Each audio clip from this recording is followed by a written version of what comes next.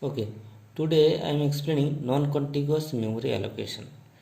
So, what is non-contiguous memory allocation? In non-contiguous memory allocation, different parts of a process are allocated different places in main memory, and different parts of the processes are allowed to store in non-contiguous memory allocation. Just like in the diagram, just check that we have a process P, and this process P is divided into two parts of equal size, 2 kb 2 kb, and the parts of the process P are stored in non-contiguous way in the physical memory. This is basically the basic technique of non-contiguous memory allocation. But the question arises that when we have the contiguous memory allocation, then what is the necessity of non-contiguous memory allocation? So obviously, in case of contiguous allocation, there must be some drawbacks.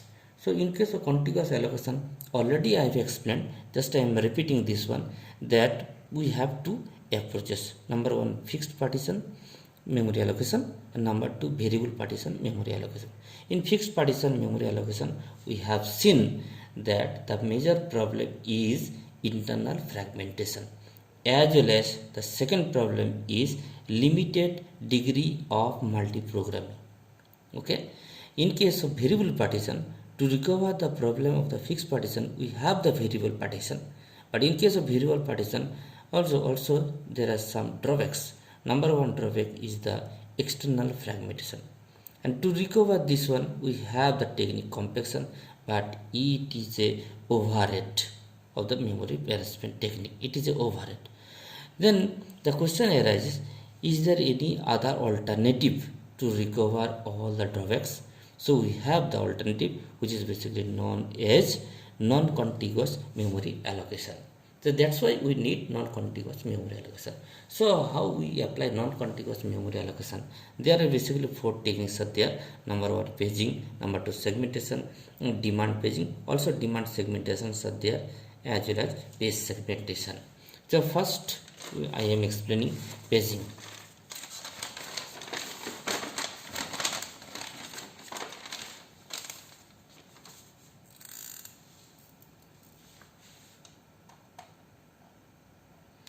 So in case of paging, first of all we have to focus on the whatever the we have to focus on all these things. Number one, pages and frames. So what is pages and frames? The main memory is divided into a number of equal size block, which are known as frame. Each process is divided into a number of the equal size block of the same length as frame are called pages. That means that the size of the page and the size of the frame both are equal. Then what is logical address and physical address? The logical address is the address generated by the CPU, program generated address for every page, while the physical address is the actual address of the frame where each page will be stored.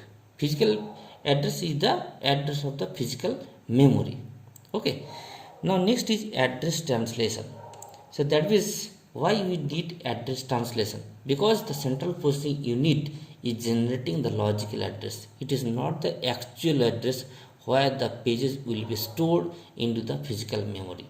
So the program generated address needs to be translated into physical address where the particular page is basically stored into the physical memory. The mapping from virtual to physical address is done by the memory management unit, which is a hardware device, and this mapping is known as paging technique. Okay, so now next thing is page table. So what is page table? So in this scheme, the operating system maintains data structure which is known as page table. So what is the utility of the page table? It tells which frames are allocated, which frames are available, if it is allocated, to which page it is allocated. What is the meaning? That when the pages are basically transferred into the physical memory, then we will keep the information that the particular page has been transferred into the specified frame who will keep the information? The page table, the data structure page table is there, which will keep the information that the particular page has been transferred into the particular frame. Then when the program logical address is basically generated, may happen the page has not yet been transferred in the physical memory. So who will give the answer? The page table will give the answer that the page may be transferred into the physical memory, may not be transferred into the physical memory. If the page has been transferred into the physical memory, to which particular frame it has been transferred, this information is given by the page table.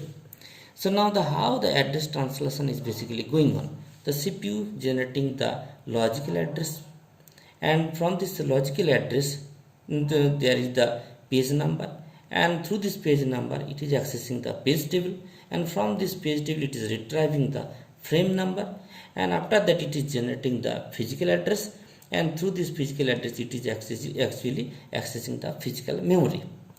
Now to understand this one, we may consider a example. So let us consider that the logical address space equals to 2 to the power 13. So in case of program generated address, we have the total logical address space equals to 2 to the power 13. That is how many words are there? 8k words are there. In case of physical address space, it is equals to 2 to the power 12. That means 4k words are there. Now we have to divide the logical address space as well as physical address space into a number of pages as well as frames. Now question arises, what is the size of the page or frame? So here we are considering the size of the page equals to 1k. Now from this logical address we have to generate the physical address. Now in case of logical address, the logical address space equals 2 to the power 13. So now we can write 2 to the power m. So obviously m equals to 13. Now in case of page size, it is equals to 1k, that is equals to 2 to the power 10. So you can write 2 to the power n. So n equals to 10. So why it is needed? Just to break the logical address into two parts. Why?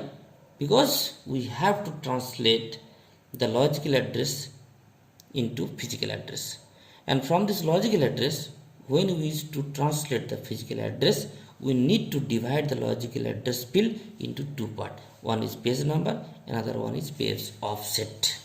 Page number indicate the page in a page table. Okay, so now in this case the logical address space equals to 13 bits. Okay, and it is divided into two parts. The first part is the page number and second part is the offset. The page number field indicate the pages in page table. Now there is the question, how many pages are there, how many frames are there? So logical address space equals to 2 to the power 13 and page size equals to 2 to the power 10. Then how many pages are there? 2 to the power 13 by 2 to the power 10, that is equals to 2 to the power 3, that is equals to 8 pages. How many frames are there? 2 to the power 12 by 2 to the power 10, it is equals to 2 to the power 2, it is equals to 4 frames. Then if we have 8 pages, then to indicate each and every page, how many bits are needed? 8 equals 2 to the power 3, so 3 bits are needed. Okay, and in case of frame, when we have 4 frames, how many bits are needed to indicate each and every frame? 2 bits are needed. Okay, so then when we are dividing the logical address into two parts, obviously there is a significant that in this case 8 pages are there, and to indicate each and every page we need 3 bits. So this is the page number, 3 bits are there, m minus n equals to 3. Okay, so this field is basically indicating the particular page in page table. Okay, so like for example 010. Okay, 3-bit information, this indicates the page number and this is indicating page 2 in page table. Okay, and in case of frame and number, that means how many frames are there? 4 frames are there, so 2 bits are needed to indicate each and every frame. Clear? So now these frames are there to hold the pages. So now in this case frame 2 is holding page 2 and this information should be kept by the page table.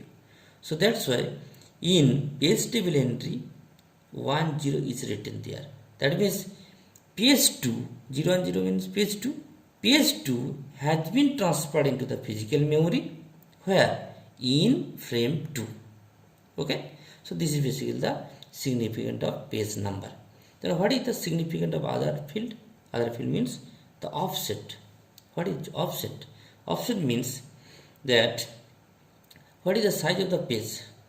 2 to the power 10. Okay, so 2 to the power 10 means 1024. 1024.